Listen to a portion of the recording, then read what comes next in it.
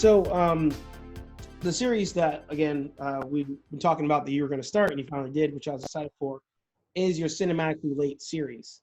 So the concept of that series, for those of you who have not seen previous episodes, is Aaron is reviewing movies that have come out a long time ago that he's not seen, so he's now giving you his up-to-date review on that. So one of the things that you did, Knives Out, I believe, recently, that was your first one. Yes. That you did. Yep. So I thought it'd be a cool idea to almost put the ball in you guys' court, and maybe Aaron and I can give you guys like 3 movies each that maybe you haven't seen that you should, since currently you're home, probably looking for things to watch aside from Tiger King. So actually, have you watched? It's good. It's addicting. It's addicting. Did you finish it? Oh yeah, absolutely. I think me and my wife finished it in like a day, maybe a day and a half. Yeah. It just like kept evolving. And then it's funny because we even did like a little thing that she found online. Like it was like a bracket of like the craziest things that happen. And then you just bracket to whatever is the craziest thing that happened. Yeah. Oh, God. It's something that's on Twitter or something like that. So, but it's a crazy series, but I mean, it's just something that's kind of easy to watch, but it's just crazy at the same time that you just can't stop watching it. Yeah. So, yeah. So I guess I'll lead off with a movie that I think is super fun that a lot of people have not probably seen. And actually, I should have done research before this and probably told you that we're doing this in advance so we can tell people where to find it. But I'm pretty sure this one's still free in those places. Kung Fu is a super fun movie. Essentially, it's a cop who does Kung Fu and he has to fight Hitler at some point. It's as simple as it gets. And what I love about it is it embraces the 80s vibe of just the way it's shot. Like it looks like it's on an old like camcorder. It's shot in that format. He's wearing the high top shoes and he has a Lamborghini with the doors go open out. Like it's just as 80s as they can get. So Kung Fury, I think, is a fun watch. It's only like 45 minutes. That is a great movie. I think you should check out if you have not seen that as of yet. So I was wondering, is there one? I guess we can go back and forth. Like, is there a movie you can think of? Yeah, sure. Top of your head?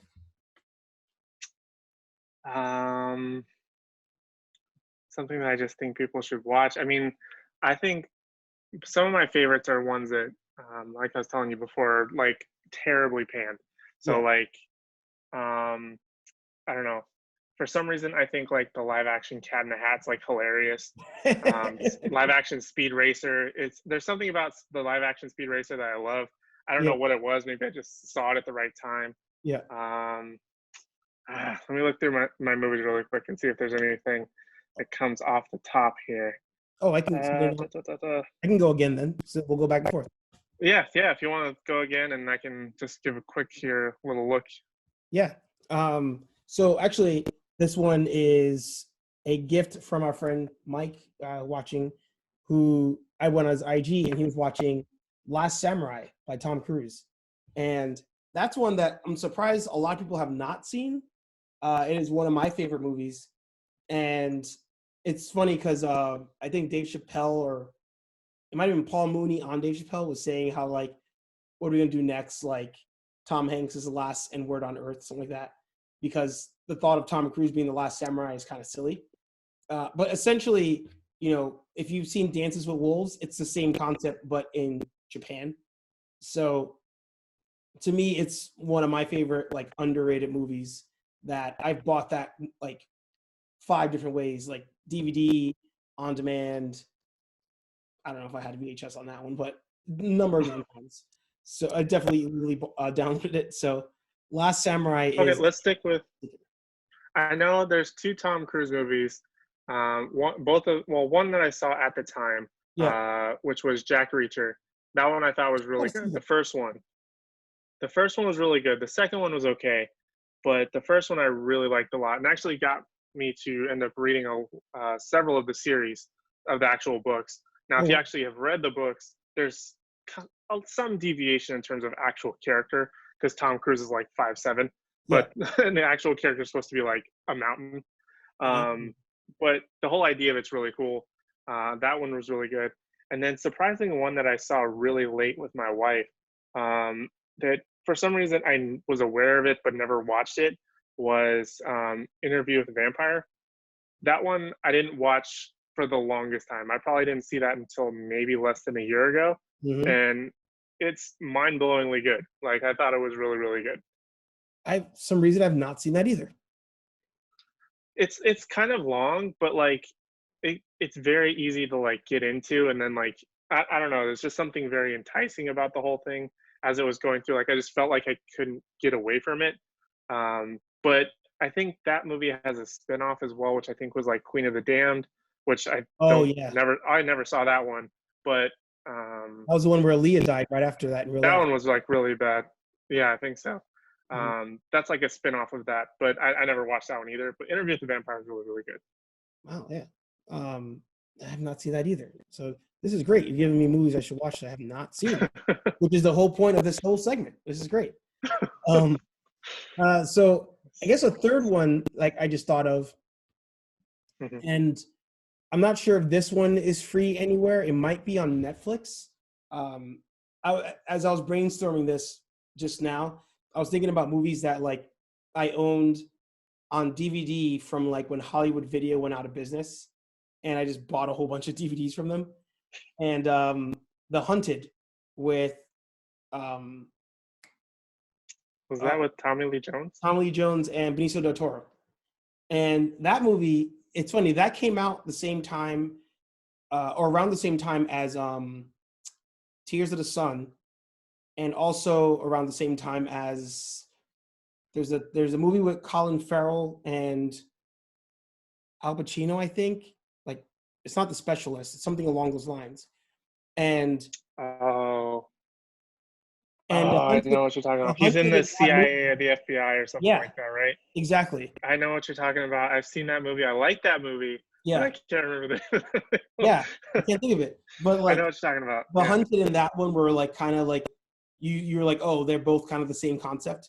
But I did like The Hunted more because I thought the close combat with the knives was really creative. And then even just the storyline of Tommy Lee Jones training this guy and then having to hunt the guy that he trained, I thought it was phenomenal. And I've watched that movie probably also a billion times.